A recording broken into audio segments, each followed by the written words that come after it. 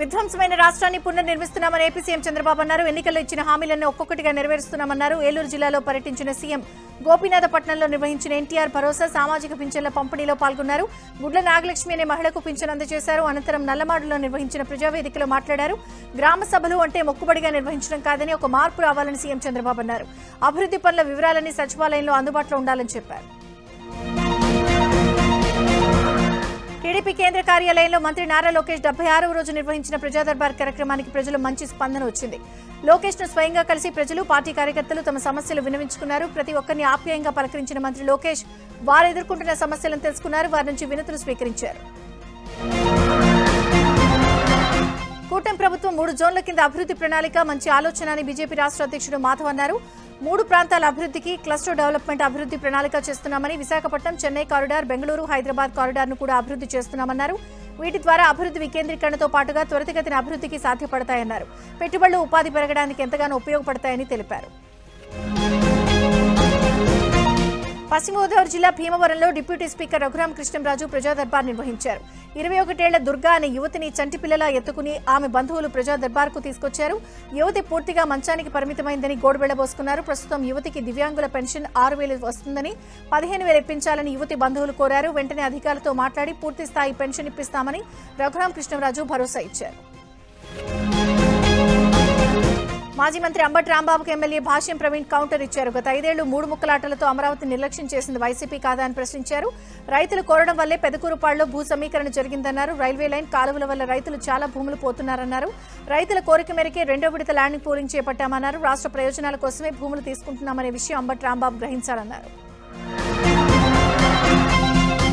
Tirupati IIT కాలేజీలో 8వ Indian lean construction conference ILCE 2025 నిర్వహించారు. ఈ సెమినార్ కు మంత్రి నారాయణ ముఖ్య అతిథిగా హాజరయ్యారు. ఐఐటిలోని టెక్నాలజీ ఇన్నోవేషన్ హబ్ ను మంత్రి నారాయణ పరిశీలించారు. టెక్నాలజీ వినియోగంపై విభాగాధిపతులు మంత్రికి వివరించారు. 3 రోజుల పాటు జరిగే లీన్ కన్స్ట్రక్షన్ కాన్ఫరెన్స్ సెమినార్ కు దేశంలోని వివిధ కంపెనీల ప్రతినిధులు హాజరయ్యారు. నిర్మాణ రంగంలో టైం, మనీ సేవింగ్స్ అంశాలపై లీన్ కన్స్ట్రక్షన్ పనిచేస్తోందన్నారు. ఈ సందర్భంగా ILCE ప్రయత్నాలను మంత్రి అభినందించారు. ఏపీ శాసనమండలి చైర్మన్ మోషన్ రాజును రాజీనామా చేసిన ఎమ్మెల్సీలు కలిశారు. ఈ సందర్భంగా వారు రాజీనామా గల కారణాలపై వివరణ ఇచ్చారు. తమ రాజీనామా ఆమోదించాలని కోరారు. ఎమ్మెల్సీలు కరి పద్మశ్రీ, కళ్యాణ్ చక్రవర్తి, మర్రి రాజశేఖర్ తో పాటు జయమంగళ వెంకటరమణ, జాకియా ఖానం, పోతుల సునీతలు గతంలో తన పదవులకు రాజీనామా చేశారు. ఒంగోలు ఎంపీ మాగుంటి శ్రీనివాస్ రెడ్డి తన కుమారుడు పొలిటికల్ ఫ్యూచర్ పై మరోసారి కామెంట్స్ చేశారు. రాబోయే రోజుల్లో రాజకీయాల నుంచి రిటైర్ అవుతానని, ఇదే విషయాన్ని సీఎం చంద్రబాబు కూడా చెప్పినట్టు తెలిపారు. రాబోయే ఎన్నికల్లో తన స్థానంలో తన కుమారుడు మాగుంటి రాఘవరెడ్డి పోటీ చేస్తారన్నారు. విశాఖ కైలాసగిరిపై ఏర్పాటు చేసిన భారత్లోనే పొడవైన గ్లాస్ బ్రిడ్జిని ఎంపీ భరత్ ప్రారంభించారు. విశాఖ పర్యాటక రంగానికి ఇది ఒక మణిహారంగా ఉంటుందని, ఇలాంటి ఎక్స్పీరియన్స్ కోసం ఇతర దేశాలు, ఇతర ప్రాంతాలకు వెళ్లాల్సిన పనిలేదన్నారు. 7 కోట్ల రూపాయలు వెచ్చించి దీన్ని ఏర్పాటు చేశారన్నారు. దీనికి 100 మంది కెపాసిటీ కలిగినప్పటికీ ఏకకాలంలో 40 మందిని మాత్రమే అనుమతిస్తారు. తిరుమల తిరుపతి దేవస్థానం పరకామణి కేసు విచారణ నేటితో పూర్తయింది. దీంతో సిఐడి అధికారులు రేపు హైకోర్టుకు నివేదిక సమర్పించే అవకాశం ఉంది. డిసెంబర్ 2వ తేదీన నివేదిక సమర్పించాలని హైకోర్టు గతంలో గడువు విధించింది. October 27న CID additional DG Ravishankar Ayyanar నేతృత్వంలో విచారణ ప్రారంభమైంది. దీంతో సిఐడి అధికారులు ఇప్పటివరకు 35 మందిని విచారించారు. వైసీపీ ప్రభుత్వంలో టీటీడీ చైర్మన్లుగా ఉన్న వైవి సుబ్బారెడ్డి, కరుణాకర్ రెడ్డితో పాటు అప్పటి ఈవో ధర్మారెడ్డిని విచారించారు. విజయవాడ కోర్టులో వల్లభనేని వంశీ అనుచరులు లొంగిపోయారు. సత్యవర్ధన్ కిడ్నాప్ కేసులో నిందితులుగా ఉన్న వంశీ ప్రధాన అనుచరులు వజ్రకుమార్, తేలప్రోలు రాము స్వచ్ఛందంగా కోర్టులో లొంగిపోయారు. గత కొంతకాలంగా 2 నిందితులు అజ్ఞాతంలో ఉన్నారు. ఇవాళ హఠాత్తుగా అజ్ఞాతంలో ఉన్న ఆయన విజయవాడ కోర్టులో లొంగిపోయారు. జంట హత్యల కేసులో పిన్నెల్లి వెంకటరెడ్డి కోర్టులో లొంగిపోయారు. వెల్లుల్లి మండలం గుండ్లపాడు జంట హత్యల కేసులో ఆయన లొంగిపోయారు. హత్యల కేసులో వెంకటరెడ్డి A8గా ఉన్నారు. పిన్నెల్లి సోదరుల ముందస్తు బెయిల్ని ఇటీవల సుప్రీంకోర్టు రద్దు చేసింది. వైసీపీ నేత భూమన కరుణాకర్ రెడ్డిపై టీటీడీ మాజీ పాలక మండలి సభ్యుడు ఓవి రమణ ఆగ్రహం వ్యక్తం చేశారు. వెంకటేశ్వర స్వామిని నల్లరాయి అని చెప్పిన వ్యక్తి భూమన అని అన్నారు. ఆయన తిరుమల ప్రతిష్టను దిగజార్చారన్నారు. భూమనకు వ్యవస్థలంటే అలుసు అని, అధికారులంటే చులకన అని విమర్శించారు. పరకామణి కేసును రాజీ చేయడానికి నువ్వెవరని భూమను ప్రశ్నించారు. వైసీపీ హయాంలో తిరుమల పవిత్రతను భ్రష్టు పట్టించారని ఆగ్రహం వ్యక్తం చేశారు.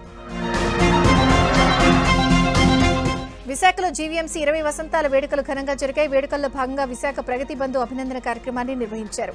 Mayor Peela Srinivasarao, commissioner Ketan Garg, GVMC అధికారులు ఈ కార్యక్రమాల్లో పాల్గొన్నారు. నిర్ణీత సమయంలో పన్ను కట్టి జీవీఎంసీ అభివృద్ధికి సహకరించిన వారికి మేయర్, కమిషనర్ సన్మానించారు. ప్రజలు కట్టిన పన్ను ద్వారా వచ్చిన ఆదాయంతో జీవీఎంసీ అభివృద్ధి జరుగుతుందని మేయర్ పీలా శ్రీనివాసరావు అన్నారు. ఈ ఏడాది 200 కోట్ల అదనంగా పన్నులు వసూలవుతుందని అంచనా వేస్తున్నట్లు జీవీఎంసీ కమిషనర్ కేతన్ గార్గ్ అన్నారు. బాలకృష్ణ హీరోగా నటించిన అఖండ 2 చిత్రం భారీ విజయం సాధించాలని కోరుతూ రాష్ట్రంలో అన్ని పంచారామ క్షేత్రాల్లో ప్రత్యేక పూజలు ఏర్పాటు చేస్తున్నట్లు ఆల్ ఇండియా అఖిల భారత నందమూరి బాలకృష్ణ ఫ్యాన్స్ కన్వీనర్ నంబూరు తిలక్ అన్నారు. పశ్చిమ గోదావరి జిల్లా భీమవరం పంచారామ క్షేత్రంలో సోమేశ్వర జనార్దన స్వామి వారికి ప్రత్యేక పూజలు జరిపారు. ఈ చిత్రం భారీ విజయం సాధిస్తుందని ఆశాభావం వ్యక్తం చేశారు. మేడారం జాతరపై సీఎం రేవంత్ రెడ్డి సమీక్ష నిర్వహించారు. మంత్రులు పొంగులేటి శ్రీనివాసరెడ్డి, కొండ సురేఖ, అడ్డూరు లక్ష్మణ్, సీఎం సలహాదారు వేం నరేందర్ రెడ్డి ఉన్నతాధికారులు ఈ మీటింగ్ లో పాల్గొన్నారు. మేడారం నిర్మాణ పనులపై అధికారులు పవర్ పాయింట్ ప్రెజెంటేషన్ ఇచ్చారు. గద్దెల దగ్గర ఉన్న చెట్లను తొలగించకూడదని సీఎం రేవంత్ అధికారులకు సూచించారు. నాణ్యతలు ఏమాత్రం రాజీ పడొద్దని, గద్దెల దగ్గర వరద నీరు నిలవకుండా చర్యలు తీసుకోవాలన్నారు. గద్దెల దగ్గర 4 వైపులా ఫ్లడ్ లైట్లు ఏర్పాటు చేయాలన్నారు. గ్రాండ్ లుక్ వచ్చేలా లైటింగ్ ఏర్పాటు చేయాలని, గుడి చుట్టూ పచ్చదనం అభివృద్ధి చేయాలన్నారు. రేపు గాంధీ భవన్ కి ముఖ్యమంత్రి రేవంత్ రెడ్డి వెళ్లనున్నారు. టీపీసీసీ చీఫ్ మహేష్ కుమార్ గౌడ్ ఆధ్వర్యంలో విస్తృత స్థాయి సమావేశానికి హాజరు కానున్నారు. ఈ సమావేశానికి సీఎంతో పాటు మీనాక్షి నటరాజన్ హాజరవుతారు. అనంతరం కొత్త, పాత డీసీసీ, టీపీసీసీ ఉపాధ్యక్షులు, సెక్రటరీలతో సమావేశమవుతారు. కొత్త డీసీసీ అధ్యక్షులకు సీఎం రేవంత్ రెడ్డి దిశానిర్దేశం చేయనున్నారు. దీంతో పాటు సంస్థాగత ఎన్నికలు, విజయోత్సవ సంబరాలపై సమీక్షించే అవకాశం ఉంది. తెలంగాణ ఏఐసీసీ వ్యవహారాల ఇన్ఛార్జ్ మీనాక్షి నటరాజన్ హైదరాబాద్ చేరుకున్నారు. వారం రోజుల పాటు ఆమె ఇక్కడే ఉండనున్నారు. కొత్త డీసీసీల నియామకంపై పార్టీలో తలెత్తిన గందరగోళానికి ఆమె చెక్ పెట్టనున్నారు. తాజాగా ప్రకటించిన డీసీసీల నియామకంపై స్థానిక నేతలు, సీనియర్లు అసంతృప్తి వ్యక్తం చేస్తున్నారు. దీంతో అసహనంతో ఉన్న నేతలతో మీనాక్షి నటరాజన్ సమావేశం కానున్నారు. కొత్త డీసీసీలకు దిశానిర్దేశం చేయనున్నారు. కాంగ్రెస్ ఎంపీ రేణుకా చౌదరి పార్లమెంట్కు కుక్కను తీసుకెళ్లడం వివాదాస్పదమైంది. నిబంధనలకు విరుద్ధంగా కుక్కను తీసుకొచ్చారని బీజేపీ ఎంపీలు మండిపడుతున్నారు. కాంగ్రెస్ ఎంపీ రేణుకా చౌదరిపై వెంటనే చర్యలు తీసుకోవాలని బీజేపీ ఎంపీలు డిమాండ్ చేస్తున్నారు. ఈ నేపథ్యంలో ఎంపీ రేణుకా చౌదరి తీవ్రంగా స్పందించారు. కరిచే వ్యక్తులే పార్లమెంట్ లోపల ఉన్నారంటూ మండిపడ్డారు. నిజమైన కుక్కలు హాని చేయవని, తన కుక్క ఇప్పటివరకు ఎవరిని కరవలేదంటూ బదులిచ్చారు. కుక్కలతో వచ్చిన సమస్య ఏంటో చెప్పాలని డిమాండ్ చేశారు. ప్రజాపాలనలో భాగంగా నిత్యం అధికారులతో సమీక్షలు, సమావేశాలతో బిజీగా ఉండే CM Revanth Reddy football practice చేశారు. ఉప్పల్ స్టేడియంలో జరిగే ఫ్రెండ్లీ ఎగ్జిబిషన్ మ్యాచ్ లో సీఎం పాల్గొన్నారు. ఈ మ్యాచ్ లో ఫుట్బాల్ దిగ్గజం మెస్సీ పాల్గొనున్నారు. మెస్సీతో కలిసి సీఎం ఫుట్బాల్ ఆడనున్నారు. దీనిలో భాగంగా ఎంసీహెచ్ఆర్డీలో ఫుట్బాల్ ప్రాక్టీస్ ప్రారంభించారు. రంగారెడ్డి జిల్లా అత్తాపూర్లో అక్రమ నిర్మాణాలపై జీహెచ్ఎంసీ కొడా చుడిపించింది. జీహెచ్ఎంసీ టౌన్ ప్లానింగ్ అధికారులు అనుమతులు లేని అదనపు అంతస్తులు కూల్చివేశారు.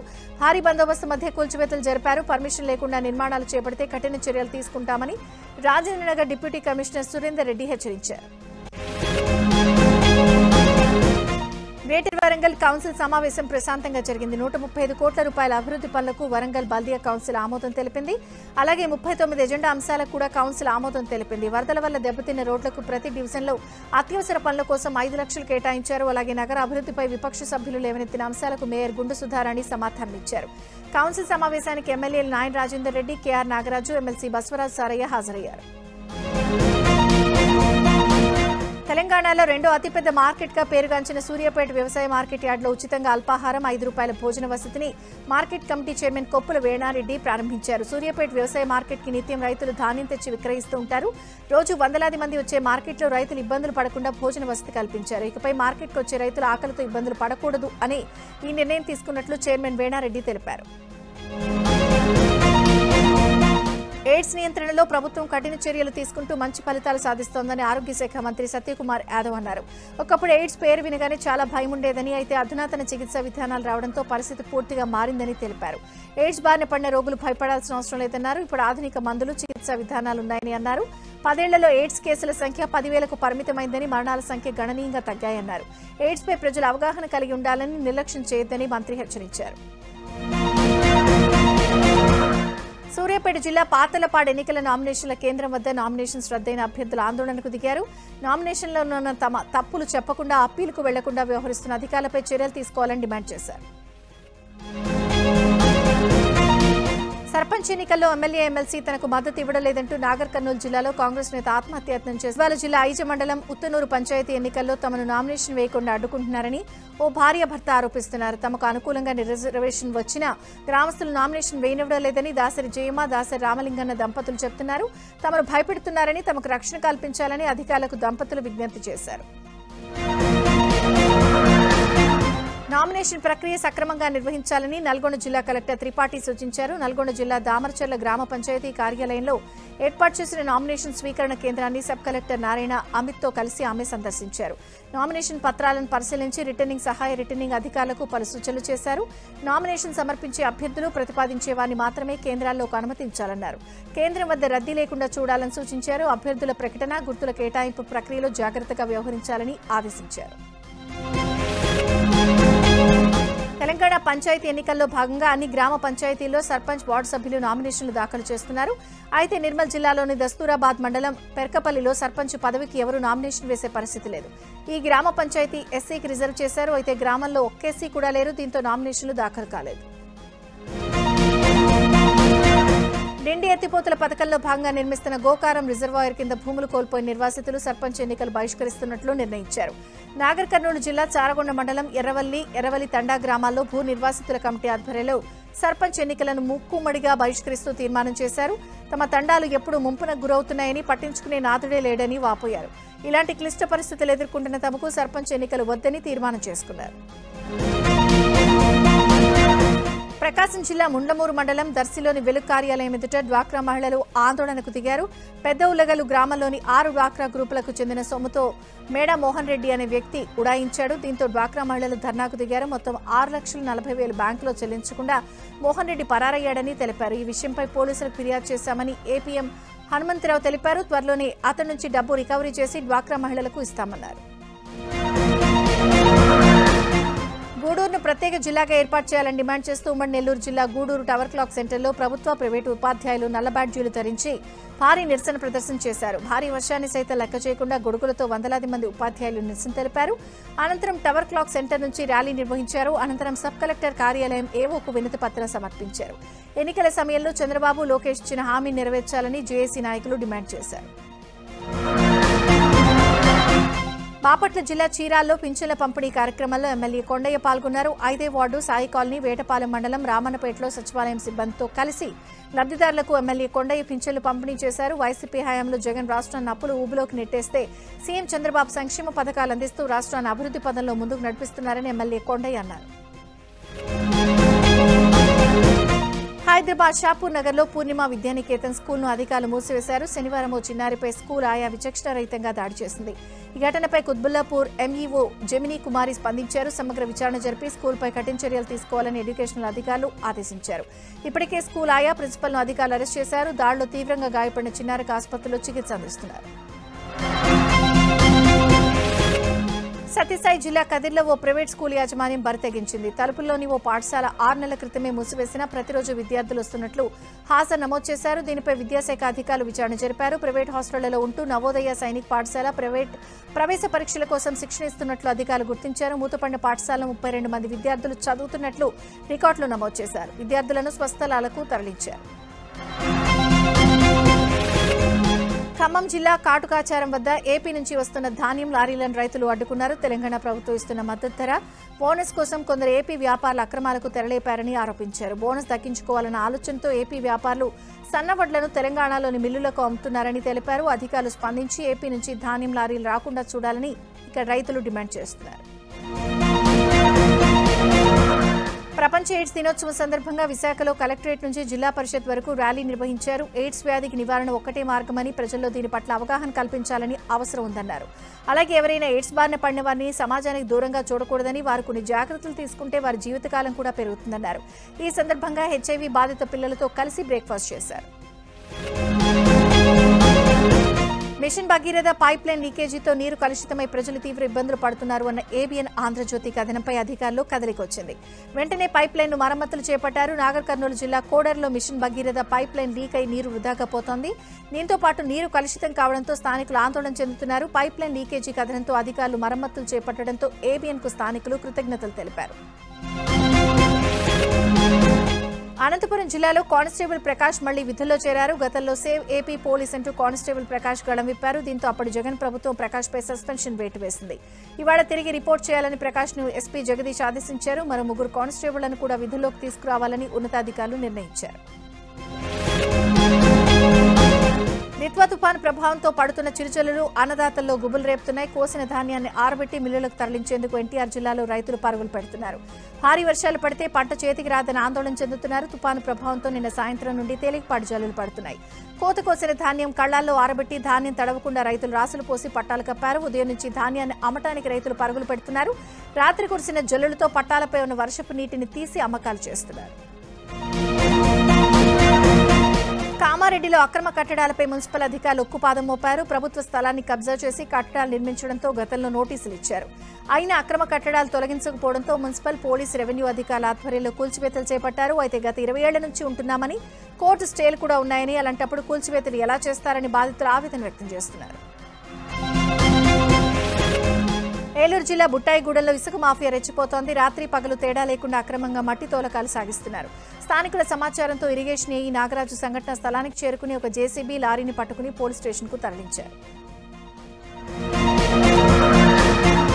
కోనసీమ జిల్లా అమలాపురంలో ప్రపంచ తెలుగు మహాసభల పోస్టర్ను ఆవిష్కరించారు. పోస్టర్ను కిమ్స్ చైర్మన్ చైతన్యరాజు, ప్రభుత్వ విప్ దాట్ల సుబ్బరాజు, ఎమ్మెల్యే అయీతా బత్తుల ఆనందరావు ఆవిష్కరించారు. వచ్చే ఏడాది ఫిబ్రవరి 28, మార్చి 1వ తేదీలో అమలాపురం కిమ్స్ వైద్య కళాశాల ప్రాంగణంలో 3వ ప్రపంచ తెలుగు మహాసభలు జరగనున్నాయి. ఈ Telugu మహాసభలకు CM Chandrababu, deputy CM Pawan Kalyan హాజరవనున్నారు. హాస్యనటుడు Gautam రాజు, big boss fame Kaushik Tirumala శ్రీనివాసుని దర్శించుకున్నారు. శ్రీవారి దర్శనార్థం కుటుంబ సభ్యులతో కలిసి తిరుమలకు చేరుకున్న వీరు వీఐపీ బ్రేక్ ప్రారంభ దర్శన సమయంలో శ్రీవారిని దర్శించుకున్నారు. అనంతరం స్వామివారి తీర్థ ప్రసాదాలు స్వీకరించారు.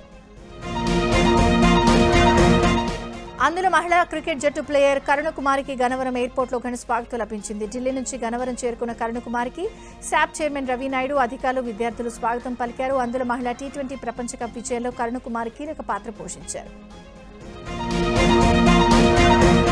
నిత్వా తుఫాన్ ప్రభావంతో చీరాల మండలం వాడరేవు తీరంలో అలలు ఉవ్వెత్తున ఎగిసిపడుతున్నాయి. సముద్ర తీరం 10 అడుగుల మేర ముందుకొచ్చేసింది. అలలు ఒడ్డున తాకుతున్నాయి. వాడరేవు, రామాపురం, పొట్టి సుబ్బయ్య పాలెం, కటారివారి పాలెం బీచ్లను అధికారులు మూసివేశారు. సముద్ర తీరానికి వెళ్లే మార్గాల్లో బారికేడ్లు ఏర్పాటు చేసి బందోబస్తు నిర్వహిస్తున్నారు. జాతి లక్షణం మర్చి ఓ శునకం గొర్రెపిల్లలకు పాలిచ్చి మాతృత్వం చాటుకుంది. ఈ సంఘటన అనంతపురం జిల్లా ఆత్మకూరు మండలం తోపుదుర్తిలో జరిగింది. ఆకలిగొన్న గొర్రెపిల్లలను అక్కున చేర్చుకున్న శునకం దాని కడుపు నింపింది. తల్లి లేని గొర్రెపిల్లలు శునకాన్ని తమ తల్లిగా భావించి పాలు తాగాయి. మూగ జీవాల దాతృత్వం, మాతృత్వాన్ని చూసిన వారంతా ముగ్ధులయ్యారు. హైదరాబాద్ దుండిగల్ పోలీస్ స్టేషన్ పరిధిలో గత నెల 7వ తేదీన సోమేశ్వర జ్యువెలరీ షాప్లో జరిగిన దొంగతనం కేసును పోలీసులు ఛేదించారు. ఈ కేసులో మొత్తం 6 ముఠా సభ్యులుండగా వారిలో 3 అరెస్ట్ చేశారు. మరో 3 పరారీలో ఉన్నట్లు దుండిగల్ అడిషనల్ డీసీపీ తెలిపారు. నిందితులు నాతురాం, మహేందర్, జైతురాన్, గోవిందగా తెలిపారు. నిందితుల నుంచి 15 కేజీల వెండి ఆభరణాలు, బొలెరో వాహనం, గుణపం స్వాధీనం చేసుకున్నామని అడిషనల్ డీసీపీ పురుషోత్తం తెలిపారు. నిందితులను రిమాండ్కు తరలిస్తామన్నారు. నెల్లూరు జిల్లా కలువాయి శివాలయంలో దొంగలు బీభత్సం సృష్టించారు. తాళాలు పగలగొట్టి ఆలయంలోకి చొరబడి సీసీ కెమెరాలను ధ్వంసం చేశారు. అయితే గతంలో ఇదే ఆలయంలో చోరీ జరగడంతో విలువైన వస్తువులను ఆలయ అధికారులు సురక్షిత ప్రాంతాల్లో ఉంచారు. దీంతో ఆలయంలో చోరీకి దిగిన దొంగలకు ఏమీ దొరకలేదు. పార్లమెంట్ శీతాకాల సమావేశాలు ఇవాళ నుంచి ప్రారంభమయ్యాయి. ఉదయం 11 గంటలకు ఉభయ సభలు సమావేశమయ్యాయి. ఇటీవల మృతి చెందిన సభ్యులకు లోక్సభ సంతాపం ప్రకటించింది. వన్డే ప్రపంచ కప్ గెలిచిన భారత మహిళల క్రికెట్ జట్టుకు సభ్యులు అభినందనలు తెలియజేశారు. ఆ తర్వాత ప్రశ్నోత్తరాల గంట చేపట్టగా విపక్ష సభ్యుల ఆందోళనకు దిగారు. అనంతరం కేంద్ర ఆర్థిక మంత్రి నిర్మలా సీతారామన్ లోక్సభలో 2 బిల్లులను ప్రవేశపెట్టారు. సమావేశాల్లో భాగంగా ఉపరాష్ట్రపతి, రాజ్యసభ నూతన చైర్మన్ గా బాధ్యతలు స్వీకరించిన సిపి రాధాకృష్ణన్ కు ప్రధాని స్వాగతం పలికారు. చైర్మన్ గా తొలిసారి సభా కార్యకలాపాలు ప్రారంభించిన ఆయనకు శుభాకాంక్షలు తెలియజేశారు. ఢిల్లీ కాలుష్య అంశం సిగ్గుపడాల్సిన విషయమని కాంగ్రెస్ అగ్రనేత ప్రియాంక గాంధీ ఆగ్రహం వ్యక్తం చేశారు. ఢిల్లీ దేశానికి రాజధాని అని, కాలుష్య నివారణకు కేంద్ర రాష్ట్రాలు చర్యలు తీసుకోవాలని డిమాండ్ చేశారు. ఢిల్లీ పేలుడు కేసు దర్యాప్తుకు సంబంధించి జమ్మూ కశ్మీర్, లక్నోలో ఎన్ఐఏ అధికారులు సోదాలు నిర్వహిస్తున్నారు. అనుమానితుల ఇంట్లో తనిఖీలు చేస్తున్నారు. జమ్మూ కశ్మీర్ పాషియాన్ జిల్లాలోని నదీగాం సహా 8 ప్రాంతాల్లో ఎన్ఐఏ దాడులు జరుపుతోంది. పుల్వామాలో మరో అనుమానితుడి నివాసంలో సోదాలు చేస్తోంది. అటు ఉగ్ర డాక్టర్లు ఆదిల్, బిలాల్, అమీర్ నివాసాల్లోనూ ఎన్ఐఏ అధికారులు తనిఖీలు చేస్తున్నారు. ప్రపంచ కుబేరుడు టెస్లా సంస్థ అధినేత ఎలాన్ మస్క్ నిఖిల్ కామత్ నిర్వహించిన పాడ్కాస్ట్లో పలు ఆసక్తికర విషయాలను పంచుకున్నారు. తొలిసారిగా తన వ్యక్తిగత జీవితానికి సంబంధించిన కొన్ని విశేషాలను బహిరంగంగా వెల్లడించారు. తన జీవిత భాగస్వామి సిమోన్ జెలిస్ భారతీయ మూలాలున్నాయని, తాను సగం భారతీయురాలన్నారు. ఆమె తల్లి పంజాబ్కు చెందిన వారని, చిన్నతనంలో ఉండగానే సివోన్ను మరో కుటుంబం దత్తత తీసుకోవడం వల్ల ఆమె కెనడాలో పెరిగిందని తెలిపారు. ఇక తమకు జన్మించిన కుమారుల్లో ఒకరికి శేఖర్ అనే పదం ఉండేలా పేరు పెట్టామన్నారు. మస్క్ షేర్ చేసిన ఈ ఆసక్తికర విషయాలకు సంబంధించిన వీడియో సోషల్ మీడియాలో వైరల్గా మారింది. బ్రిటన్లో భారతీయ విద్యార్థి హత్యకు గురయ్యాడు. కొందరు దుండగులు చేసిన మూకుమ్మడి దాడిలో అతను మృతి చెందినట్లు తెలుస్తోంది. హర్యానాకు చెందిన విజయ్ కుమార్ అనే 30 ఏళ్ల విద్యార్థి యూకేలో చదువుకుంటున్నాడు. నవంబర్ 25న కొందరు దుండగులు అతడిపై కత్తులతో దాడికి పాల్పడినట్లు తెలుస్తోంది. ఈ ఘటనలో తీవ్ర గాయాలైన విజయ్ చికిత్స పొందుతూ మృతి చెందాడు. అయితే ఈ దాడికి సంబంధించి కారణాలు ఇంకా తెలియరాలేదు. దీనిపై బ్రిటన్ అధికారులు ఇప్పటి వరకు అధికారికంగా ఎలాంటి సమాచారం వెల్లడించలేదు. విజయ్ కుమార్ మృతదేహాన్ని త్వరలోనే భారత్కు రప్పించాలని కుటుంబ సభ్యులు కేంద్రానికి విజ్ఞప్తి చేశారు.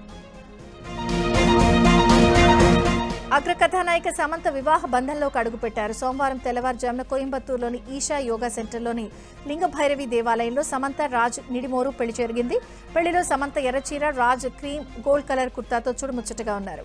పెళ్లి విషయాన్ని తెలియజేస్తూ సమంత సోషల్ మీడియాలో ఫోటోలు షేర్ చేశారు.